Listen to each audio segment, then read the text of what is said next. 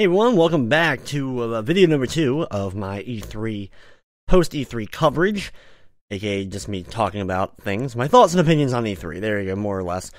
Anyway, in this one we're going to be talking about the EA and Ubisoft press conferences. Now these take place after Microsoft's, EA's first and then Ubisoft a little bit later on. And these are kind of lesser conferences, they're not quite as big as the other one, and usually what happens at these conferences is that some of the other ones, like Sony and Microsoft, they end up already showing some of this stuff that they're already talking about, but then they kind of go more into the detail with them here. Anyway, they the first thing they kicked off with on EA's was talking about the new Star Wars game, the new Star Wars Battlefront game, and there's pluses and minuses here. Plus, they are making the game, and it looks like they are putting extreme amounts of detail into this game. And what I mean by that is they show the creators of this game going to the original locations where they filmed Empire Strikes Back and where they filmed Return of the Jedi.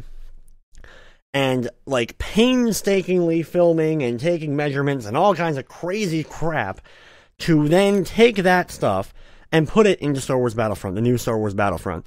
I guess to kind of get the scale and the exact terrain of anything that was possibly on Hoth or on Endor, and to put that into these big multiplayer maps that eventually will become Star Wars Battlefront. But the only negative is really that if they're only showing this, how far along are they in this process? How much longer is the game off? We've been waiting for a new Battlefront for Star Wars for a long time. I have a lot of friends that are really, really into Star Wars Battlefront, so they're desperately and eagerly awaiting anything. So my fear is that it's like way, way off. We're like 2016 away from Battlefront. So who knows exactly? But they're saying it's 2015, but it's probably going to be late 2015, at least from what it looks like. Then they talked to BioWare, and BioWare showed off some more stuff for Dragon Age, and I talked about this in my thing for Microsoft's press conference. Looks cool, looks good. Can't wait for Dragon Age. I'm not going to go too much more into that because I did talk about Dragon Age a bit in the Microsoft one, but they showed more actual gameplay footage here, and it looks good. Okay, then they talked about Mass Effect 4. Basically just saying, hey, look, we're making Mass Effect 4. There wasn't a whole lot more shown other than that. They showed some, like, artwork and pictures and stuff like that, mainly of stuff that looked like it was from Mass Effect 3, and they talked about how gamers want to go to new places that we did not explore during Mass Effects 1, 2, and 3. You know, who knows exactly what is going to transpire, where we're going to go in Mass Effect 4, but it doesn't really matter. It's Mass Effect 4, and it's way, way off. We're not going to be seeing this game till at least the end of next year, if not farther than that, but it's cool to have a grasp that they are making it, and that it will be worth looking forward to, I'm sure, because it's BioWare. They also then showed a tech demo for a new IP that has no real detail in it, but what they talked about, and what I found most interesting, is they're talking about an ever-evolving world. It's something that has been talked about before, we've seen bits and pieces of in gaming, but how is this going to transpire to a brand new, larger scale, the new hardware? If you show just one picture of, like, you know, a webcam on a house, that over time, time-lapse, things do change, whether it's plants growing, or whether it's things happening to the house, natural thing. And they kind of talked about that concept of, over time, things do change, things do happen to places. So I don't know what they're exactly going to do with this new IP. There's no real detail other than showing kind of a time-lapse footage of a particular screenshot, you know, a particular area. We're, you know, so there's no real details, but it's BioWare. Gotta be at least a little bit, hey, cool, I can't wait. Okay, where's my Mass Effect at this point? Where's new Baldur's Gate, damn it? That's not going to happen. So anyway, then next up, coming up, was The Sims 4, which is coming out, I think, in September. I'm a big Sims fan. I'm a big Sims fan. I've spent hours. I mean, at one point, I spent like 30 hours playing Sims straight one time. Like, something ridiculous. Some unbelievable number. When Sims 3 first came out, I played it for over 24 hours. Just non-stop. It was like the get up and use the restroom was about all I did. I even ate while playing, because thankfully Sims is one of those games you can kind of just watch. So I was able to eat while I played the game. Some people love Sims. They understand Sims. They get it. Other people have not a freaking clue why it's popular, don't have any interest in it. I get that kind of thing. It's a life sim game, but there's a lot of fun to it.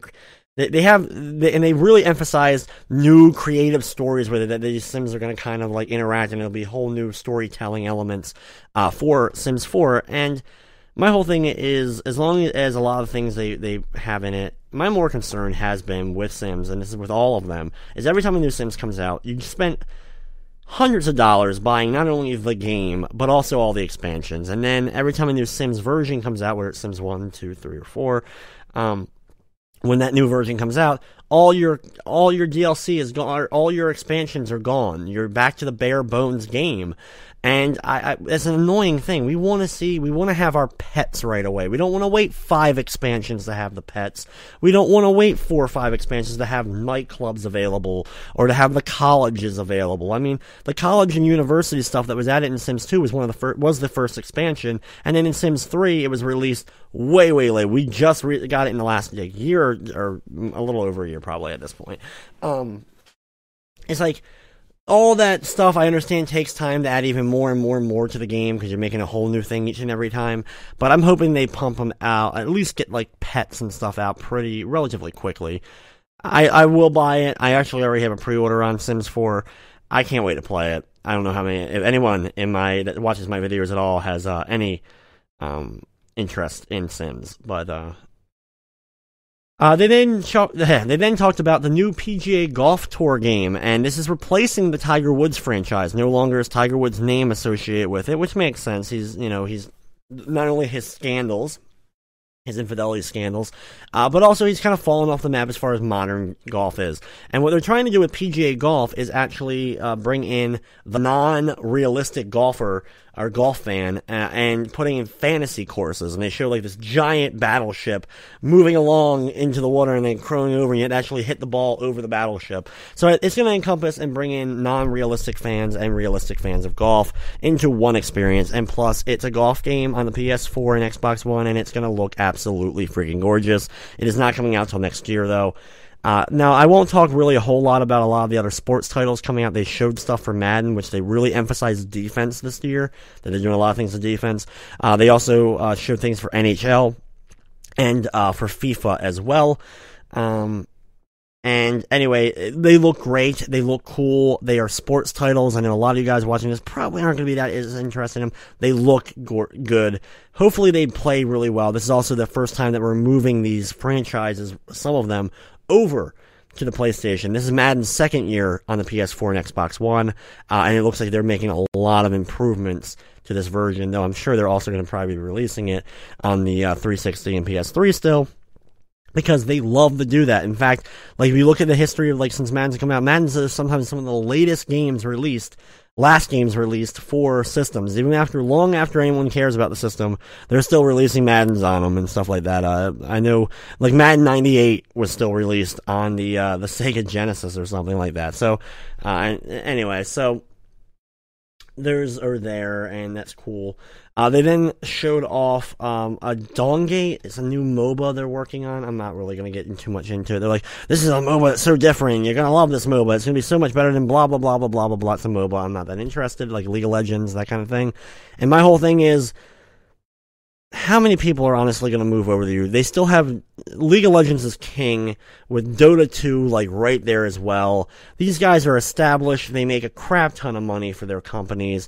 Do you really think EA, number one, people don't really like you a whole lot as is. People got a lot of issue with you and the way you handle microtransactions and all this kind of thing. And now you're going to jump into a MOBA game. Don't you think you're going to, like, alienate yourself right away? Like, I'm sorry for the developers. Maybe it'll do well. Maybe I'm completely wrong and I'm just thinking like a complete asshat. But I just feel that EA will not be able to crack the MOBA market. Just like so many others have tried to crack the MMO market and failed miserably, because WoW is still the number one for so many people. And people will play your MOBA for a little bit and then be like, you know what, I'd rather go back to League of Legends. Because League of Legends is still very much hot. It's still the hot thing. Now, there's other ones too. There's other MOBAs that are doing well. Smite, for example, I'm sure is doing very well for itself. That's actually pretty cool. I have friends that play Smite, League, all these games. But it's just like, I don't think you're going to be able to top any of them, in all honesty. People like League. They like the company that makes League. I don't know what you're going to be able to do differently with your MOBA. Good luck, EA. Anyway, next up is Mirror's Edge 2. I love the original Mirror's Edge. I played through it in like 2 settings. In fact, I actually played almost all of it during the midnight release of Wrath of the Lich King, the WoW expansion. I was doing a midnight launch at GameStop. I was working there. And we had like a 3-hour gap between when we closed the store and when we actually did the game. And I didn't really care about Wrath of the Lich King, so I just got my work done in store that I needed to.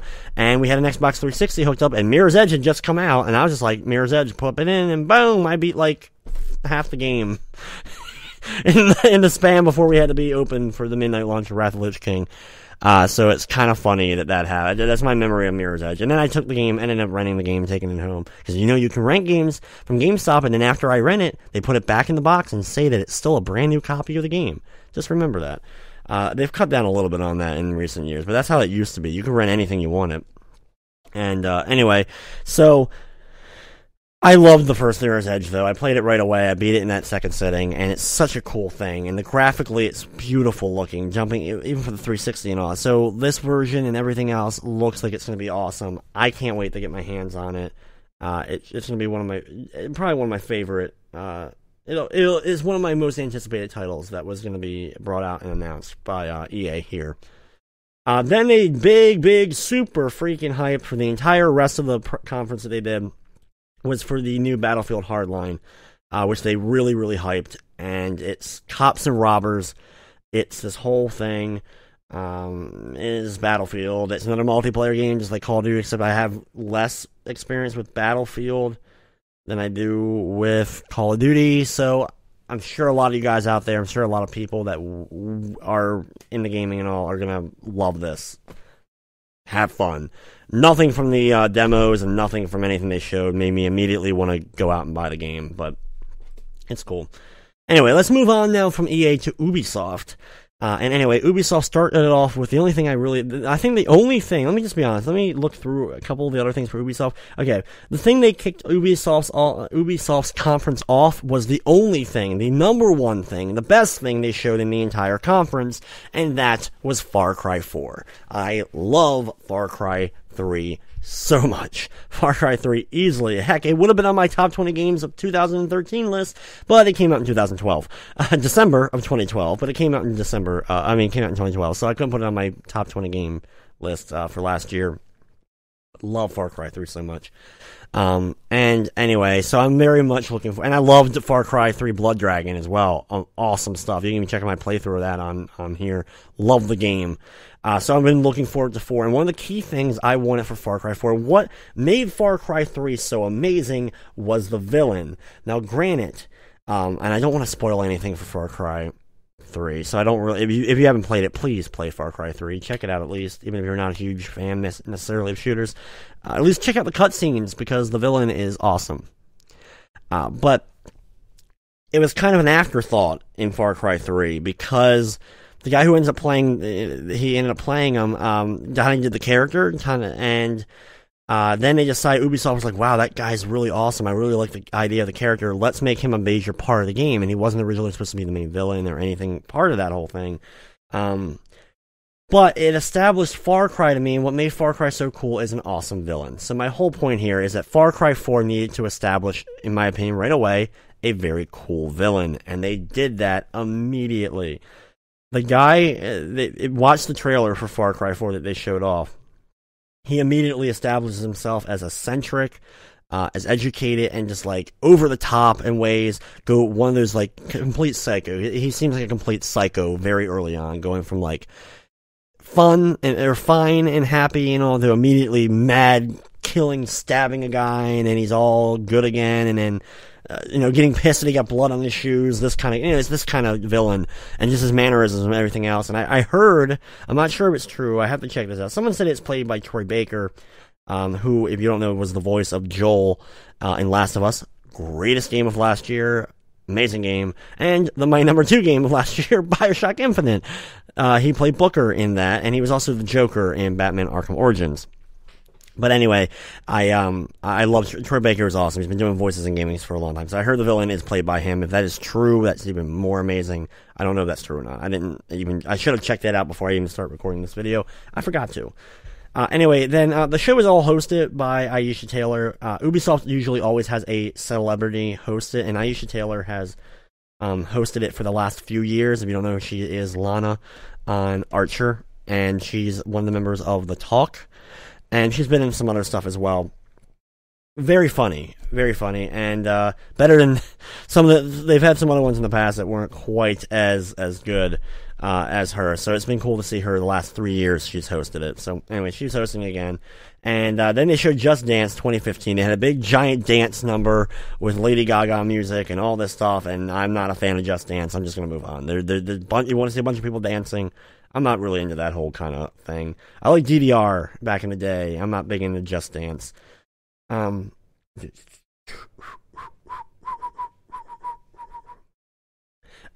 they then showed off Tom Clancy's The Division. They showed more. This is when they actually debuted the trailer for this. And like I said, even if you're not a fan of this type of gameplay, or this game in general, check out the trailer. It is well worth your time. It was an amazing trailer. It very much reminded me of why I loved and wanted Dead Island so bad back when that was first shown in the trailer, just because of how amazing it looks. So, anyway, definitely check out the trailer for Division, the cinematic trailer, not the gameplay trailer, not the gameplay thing, the actual cinematic trailer for Division. Okay. They then showed a lot about The Crew, and The Crew is a racing game. Number one, not very interested, but the whole thing is, it seems to be like you're traveling through major cities all over the United States, and you're supposed to be able to like jump from like Miami to New York to Vegas to San Francisco, like all in them, or LA, or whatever city they put in for California, maybe more than one. You can like jump between them like instantly, and you can travel between them through all these hours and hours of driving things. It's a cool concept of having the entire U.S. map and being able to explore, but it's cut down. Obviously, it's a video game, so you're going to cut down a lot of it, but it's not every major city. Like, eventually, if we got to the point where they included, like, imagine, like, Microsoft Flight Simulator type aspect of having, like, all the major airports and cities in one giant map. Imagine having that for a racing game. That kind of concept would be kind of cool. Being able to drive and go anywhere in the entire, whatever it be Europe, or whatever it be US, or whatever it be Canada, or whatever, and actually be able to drive through, the equivalent of that. So that seems like what they're kind of going for with The Crew. So it could be cool, the people that may be interested in that whole thing. Then they jumped to Assassin's Creed Unity. I talked about this in my Xbox or my Microsoft press conference thing, so you want to check out more thoughts of that in depth there. Though I am going to end up getting it, though I am kind of leery at times with it. They then showed a fitness game called Shape Up, including having guys doing push-ups and stuff like that. I don't care. No, I've been trying to get myself in better shape in general over the last few months. I get it, but I don't need a game to do it. I've been doing it all on my own. Those who have fun with it, I don't know. They're trying to make it more fun to get exercise and stuff like that. That's kind of the whole point of Shape Up, it seems like. No interest. Let's just move on. And anyway, Valiant Hearts was the last.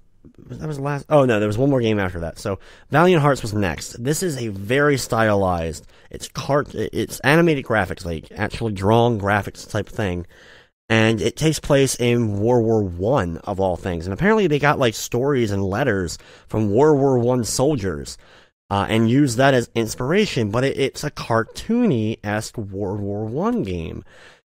It's intriguing, just by its concept. It's intriguing, and they showed it, and it's a really cool trailer for it. I do recommend checking out the trailer for this one as well. And so it'll be really interesting to see what exactly happens with this game, as I'm still not convinced or sure what exactly this type of game is. But it looks really cool, and looks like it'd be right up my alley as far as the stylized and interesting and different. And then the final super secret reveal was the new Rainbow Six game. And it's been a while since the Rainbow Six game had come out. In fact, I was actually still, if I'm correct in thinking that Rainbow Six Vegas 2 was the last Rainbow Six game, and I think it was, It's been a long, long time. I was working at GameStop at that point, and God, when that game came out, a lot of people were really, really hyped for it. A ton of people pre-ordered Rainbow Six Vegas 2. They all bought it. They all came in and bought it, and then, like, the next week, they all brought the game back. Like, we had, like, a ton of copies of Rainbow Six Vegas 2, like, immediately. Like, the next week, they're like, oh, it's not as good as Call of Duty, or it wasn't as good as whatever, and they all, like, traded it back in and got, like, no money for it. It was just, I laughed at them. And I don't know how the game really was. I'm not a fan of these types of games, so that's my immediate thought, though, when I think of Rainbow Six. That's where I first go. The only other Rainbow Six memories I really have is the N64 version. I did play that a lot, actually. I played the Rainbow Six on 64 a lot. So, there's my memories for Rainbow Six.